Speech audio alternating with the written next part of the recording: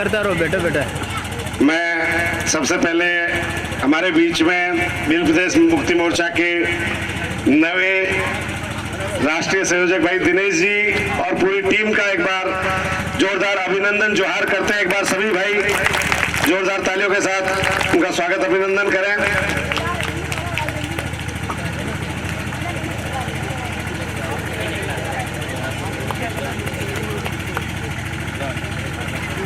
साथियों, क्योंकि कार्यक्रम काफी लंबे समय से चल रहा है, हम लोग देरी से हैं, इसके लिए हम क्षमा प्रार्थी हैं। मैं एक बार सभी महापुरुषों को नमन करते हुए अपनी बात को आपके बीच में रखना चाहूंगा।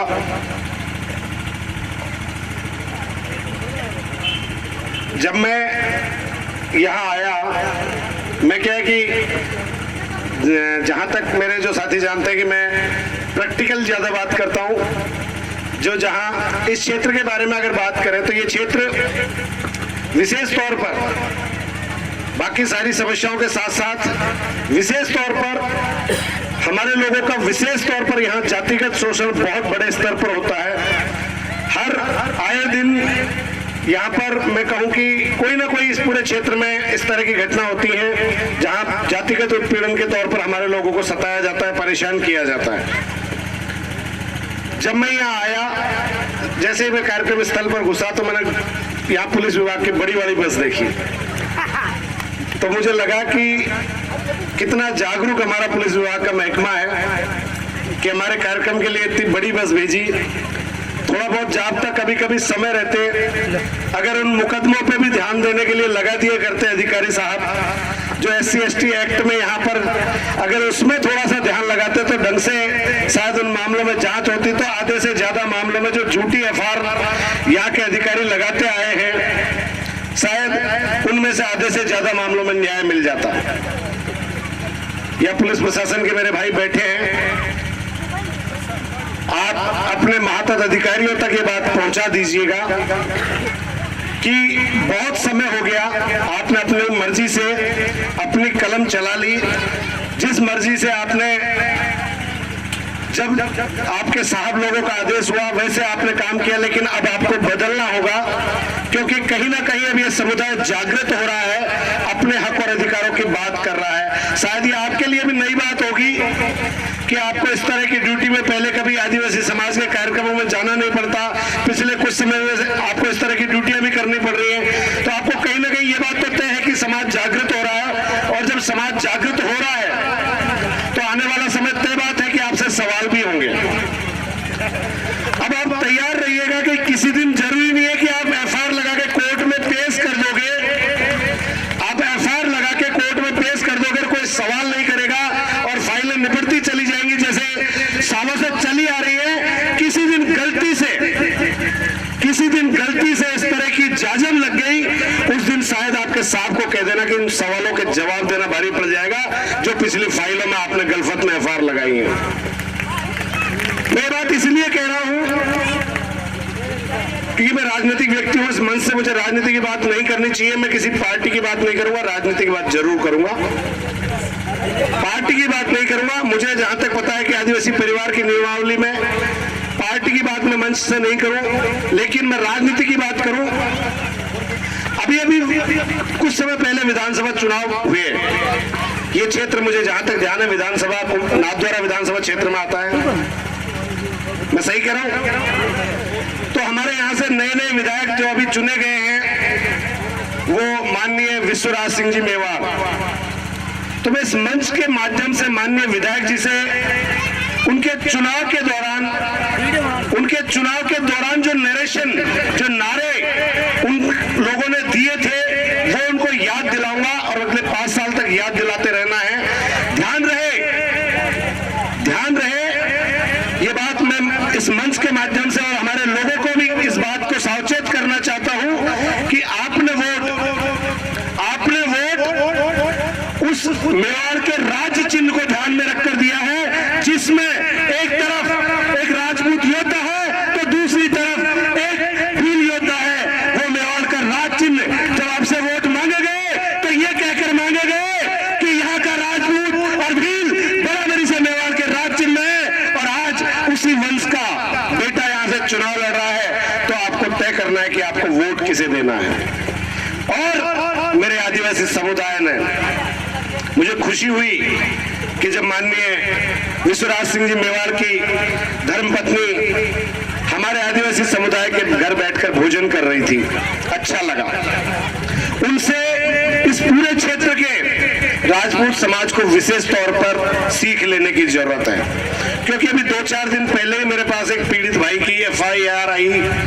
क्या करूं, गलती से समस्या विश्वराज सिंह जी अपने लोगों को समझा ही नहीं पा रहे कि भाई बराबरी का दर्जा दिया है, बराबरी का दर्जा दिया है, वो सदियों पुराना रिश्ता याद दिलाकर आज वोट मांगा है।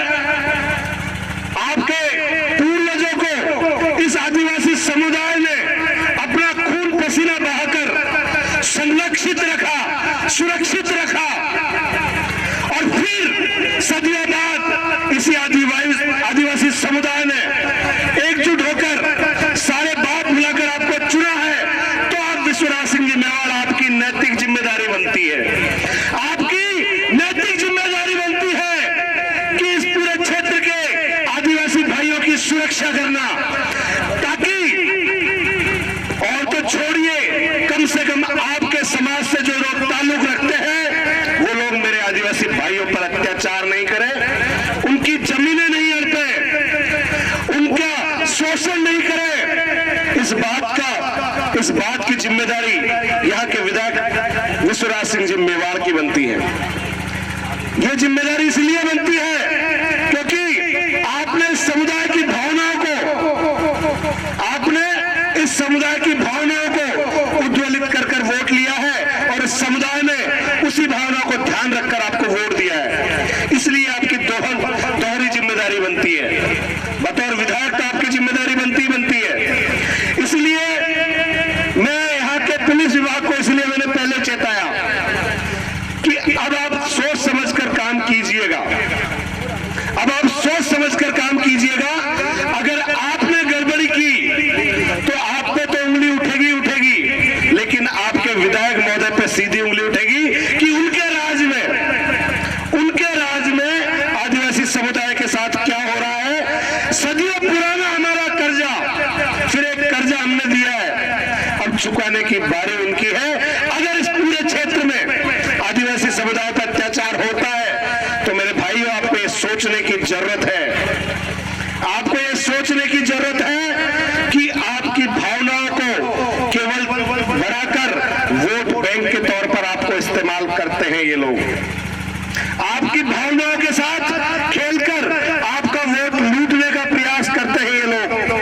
अन्यथा अभी चुनाव निकले हुए 1 महीना नहीं हुआ और 1 महीने में घटना हो जाती है और शायद किसी को कोई फर्क नहीं पड़ता है। बहुत जल्दी उस मामले में हमने उसके फैक्ट्स जुटा रहे हैं, और अगर बहुत जल्दी उस मामले में कार्रवाई नहीं होती है तो शायद पुलिस विभाग को जवाब देना भारी पड़ जाएगा। मैं यहां से इस मंच से आपको चेता देना चाहता हूं। साथ ही क्योंकि मेरे पूर्व वक्ताओं ने, मैं जब से चला तब से करीब आधे रास्ते मेरे भाइयों ने मुझे लाइव अपडेट्स मेरे पास थी, और क्योंकि मेरे पीछे अब मुख्य वक्ता के रूप में हमारे भाई दिनेश जी और पूरी टीम मौजूद है, समय कम लूंगा। एक आखिरी बात और कहना चाहूंगा कि ये पूरा क्षेत्र जो विशेष तौर पर संघर्षरत है, तो उसके लिए मूल कारण 2 चीजें हैं, वो है शिक्षा और दूसरी रोजगार। शिक्षा सबसे महत्वपूर्ण चीज है, और शिक्षा पर बोलने में मुझे पता है कि हमारे भाई कालू जी विशेष तौर पर जिस चीज पर बोलते हैं, मैं जब यहाँ से मुझे आवाज आ रही थी रास्ते में तो मैंने कह दिया था कालू जी बोल रहे हैं, क्योंकि शिक्षा की बात इतनी पुरजोर तरीके से और कोई नहीं रख सकता इस क्षेत्र में, एकमात्र व्यक्ति है, इसलिए उनके लिए जोरदार तालियां बजाकर आभार व्यक्त करना चाहिए कि उनकी बातों में सबसे महत्व शिक्षा का होता है। रोजगार को लेकर हमारे लोग परेशान है कि मजदूरी करने जाते हैं लेकिन मजदूरी नहीं मिलती है। हमारे लोग किसी के काम करते हैं तो मजदूरी नहीं मिलती और कहते हैं तनख्वाह काट लेते हैं, सेठ जी नौकरी से निकाल देते हैं।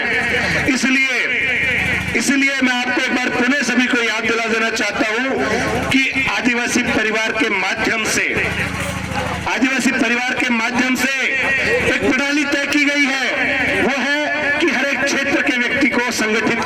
हमारे मजदूर भाइयों के लिए भी संगठन है, हमारे पढ़े लिखे शिक्षित भाइयों के लिए भी संगठन है। तो अब आप सबको ये जो दूसरे नामात्र के मजदूर संगठन बने हुए हैं, जो नाम तो आपका लेते हैं लेकिन फायदा किसी और का करते हैं, उन मजदूर संगठनों को आपको छोड़ना होगा, उन मजदूर संगठनों को आपको छोड़ना होगा और आपको जो आपके हक की बात करे उन मजदूर संगठनों को ज्वाइन करना होगा। हमारे ड्राइवर भाइयों के लिए भी संगठन है, हमारे कर्मचारी बंधुओं के लिए भी संगठन है, हमारे विद्यार्थी बंधुओं के लिए भी संगठन है। अतएव आपको अपने मूल संगठन में जुड़ना होगा, तब जाके आपकी आवाज मजबूत तरीके से आगे बढ़ सकती है। और इस मंच के माध्यम से मैं उन सभी को चेता देना चाहता हूं जिन्होंने अपने राजनीतिक स्वार्थ के चलते, अपने निजी स्वार्थ के चलते आदिवासी परिवार को छोड़कर दूसरे दामन थामे, उन सभी लोगों को मैं इस मंच से चेता देना चाहता हूं, कहीं भी भटक लो, कितने ही दूसरे बैनर पकड़ लो, कितने ही दूसरे झंडे उठा लो, अल्टीमेटली झक भरा कर आदिवासी परिवार की जाजम पर आना पड़ता है, आना पड़ेगा। आपकी और कहीं कोई जगह नहीं है, घूम फिर कर आपको यही आना पड़ेगा। अभी भी वक्त है, अभी भी वक्त है, अभी भी वक्त है कि समय रहते समाज से माफी मांगो और समाज की जाजम पर अपने स्थान पाओ, अन्यथा भटकते रहोगे। जैसे वो कहते हैं, मैं वैसे आत्मा में विश्वास नहीं करता हूं, लेकिन वो इधर से उधर जब तक सही जगह नहीं पहुंचते तब तक भटकते रहोगे। अभी भी मौका है, समाज आपका अपना है, समाज के वडीलों से, समाज के वरिष्ठों से, समाज के मौजूद लोगों से और जो विचारधारा को लेकर चलने वाले हमारे जिम्मेदार साथी हैं, उनसे माफी मांगकर शायद समाज में अपना पुनः स्थान पा सकते हो। ये उनको मैं सलाह देना चाहता हूं इस मंच के माध्यम से। ज्यादा समय नहीं लूंगा, आप सबने जो मान सम्मान दिया उसके लिए आप सबका आभार व्यक्त करता हूं। इतना ही कहूंगा कि आप सबके बहुत नजदीक हो, कुंभलगढ़ और उदयपुर दोनों मेरे ठिकाने हैं। आप आधी रात को कोई तकलीफ हो, आधी रात को कोई समस्या हो, इतना जरूर कहता हूं कि कभी लापी बने, कभी लापी अगर कोई मीठा खाने का काम हो, लापी बने, ब्याह शादी हो,